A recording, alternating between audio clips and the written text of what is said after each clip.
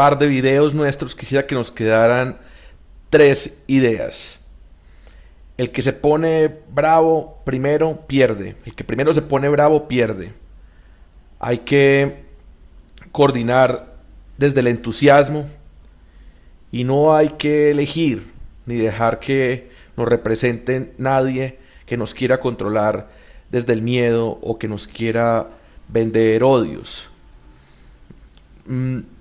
De esto empiezan a salir unas cositas un poco más ñoñas para esto del debate público, de la participación ciudadana, de los movimientos sociales, estas ñoñadas nuestras politológicas y filosóficas de la escala tonal del otro, que son las escalas de los sentimientos. Ay, uno dice, no, los sentimientos. Bueno, vamos a jugar aquí con una teoría, y es que las emociones pues son algo que se está moviendo constantemente, ¿no? Te machucas, tenés hambre, pasó algo, el mismo ciclo químico del día, de los años, te mueven unas emociones. Cuando esas emociones se vuelven muy permanentes, muy constantes, uno podría decir crónicas, se vuelven sentimientos, ¿cierto? Una emoción permanente sobre otra persona se vuelve un sentimiento. Entonces hay como un acumulado, hay una memoria, hay una confianza, hay una expectativa, una certidumbre que se empieza a cumplir en esto.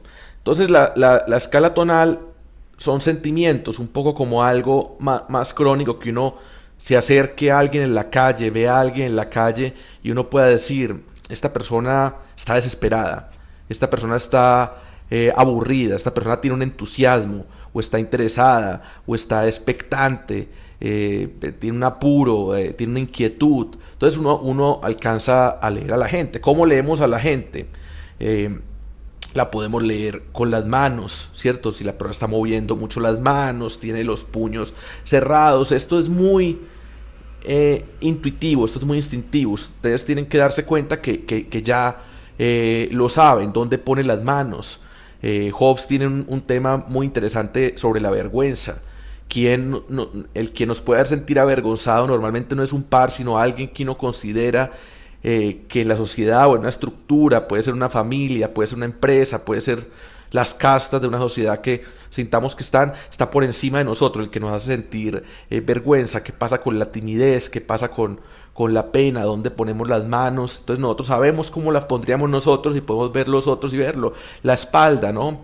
Si la persona se encoge, si la persona se agranda, está hacia atrás. La espalda de una persona con los hombros y el cuello es una si tiene rabia, y es otra, bueno, los odios, los rencores. O sea, hablamos de la emoción sería rabia, el sentimiento sería, por ejemplo, rencor. Entonces hay un asunto importante, un tip con la escala tonal, y esto sirve para etnografía que no hemos empezado pues a ver todavía, pero que es, digamos, ir a un territorio y poner todos los sentidos de uno para poder leer esa grafía, ¿cierto? Para poder entender lo que pasa con un grupo poblacional, con unas personas, con la cooperación y el conflicto en ese territorio, que es lo que constituye los grupos, las redes. Entonces, para hacer una etnografía, para ser periodista, para ser investigador social, los artistas, por supuesto, también hacen mucha observación, tienen esa sensibilidad, sea la pintura, sea la literatura, sea cualquier historia que se haga desde el cine o desde el teatro, sirve mucho también esa investigación. Y tiene que ver con el comercio, digamos, esto de usar la escala tonal. Entonces hay una cosa clave de aprender a crear esta herramienta, esta competencia, esta habilidad. Hay un tip, que es que uno se tiene que poner un tono por encima del tono de la otra persona. Entonces hay que no exagerarse, ¿no? Y tratar de jalar hacia arriba. Si una persona está antagónica, está muy conflictuada, está brava, tiene un reclamo con vos, con tu colectivo, con tu proceso, vos no podés llegar desde el entusiasmo. Por ejemplo, podría llegar desde el aburrimiento. Y no se trata de ser payasos o payasas, se trata que también puede ser franco y franca contándole que estás aburrido por ese antagonismo, ¿no? Si una persona está triste, y uno muchas veces lo ha hecho, solo que no es consciente, entonces aquí vamos a afinar un poquito esa técnica. Si una persona está triste, curiosamente uno se le puede poner por encima desde el aburrimiento. Entonces uno entra, digamos, en una empatía, en una solidaridad, a entender